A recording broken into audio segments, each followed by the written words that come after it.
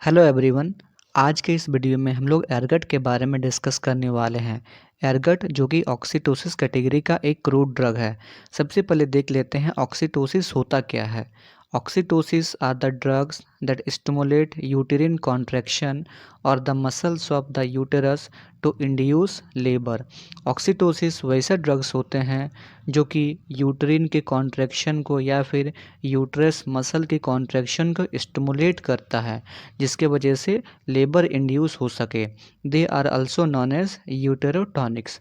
ऑक्सीटोसिस को हम लोग यूटेरोटॉनिक्स नाम से भी जानते हैं। ये तो हो गया ऑक्सीटोसिस का डेफिनेशन। नेक्स्ट हम लोग देख लेते हैं एर्गट के बारे में। सबसे पहले देख लेते हैं एर्गट का सिनोनिम क्या है। एर्गट का जो सिनोनिम है वो है एर्गट ऑफ राई और एर्गोटा। ये तो हो गया इसका सिनोनिम। नेक्स्ट देख लेते हैं इसका बायोलॉजिकल सोर्स क्या है। Ergot is the dried sclerotium of a fungus Claviceps purpurea family Hypocriaceae developed on the rye plant known as sickle cereal family Gramineae। एर्गट जो है वो हमारा सिकल सीरियल नाम का एक राई प्लांट है। इस राई प्लांट के ऊपर क्लेविसेप्स पुरपुरिया नाम का एक फंगस लगता है। ये फंगस अपने आप को प्रोटेक्ट करने के लिए अपने चारों तरफ एक लेयर बनाता है, जिसको कि स्क्लेरोटियम कहते हैं।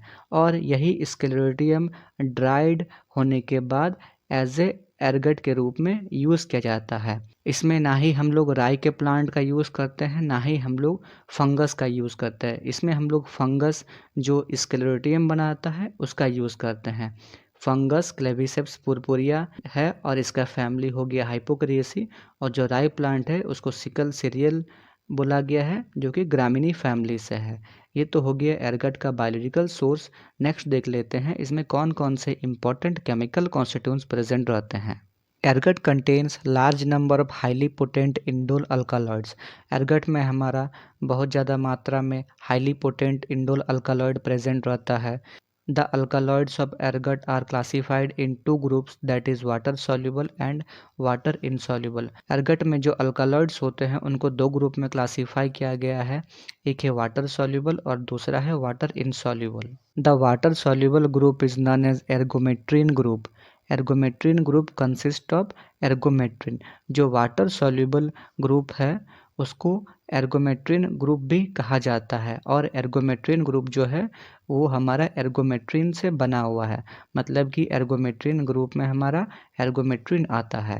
The water insoluble alkaloid are represented by ergotamine and ergotoxine group. और जो वाटर इनसॉल्युबल अल्कालॉइड है वो हमारा दो ग्रुप में डिवाइड है, एक है एर्गोटामाइन और दूसरा है ergotoxine. Ergotamine group consist of ergotamine and ergosine. जो हमारा एर्गोटामाइन ग्रुप है वो एर्गोटामाइन और एर्गोसिन से मिलके बना हुआ है। While ergotoxine group consist of ergocristine, ergocryptine and ergocornine alkaloids. इसके अलावा जो हमारा एर्गोटॉक्सिन ग्रुप है वो हमारा एर्गोक्रिस्टिन, एर्गोक्रिप्टिन और एर्गोकॉर्निन अल्कालॉइड से मिलके बना हुआ है।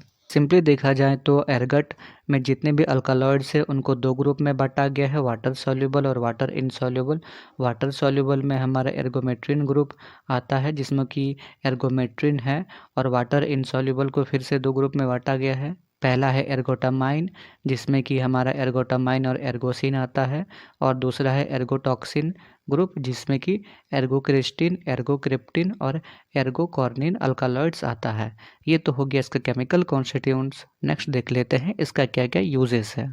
Ergot is used in labour to assist delivery and to reduce postpartum haemorrhage. Ergot को हम लोग लेबर में यूज़ करते हैं ताकि डिलीवरी में असिस्ट कर सके, सहायता कर सके। और इसके अलावा जो हेमोरेज है यानी कि जो डिलीवरी के बाद जो ब्लीडिंग है उसको कम किया जा सके। Ergotamine is used in the treatment of migraine.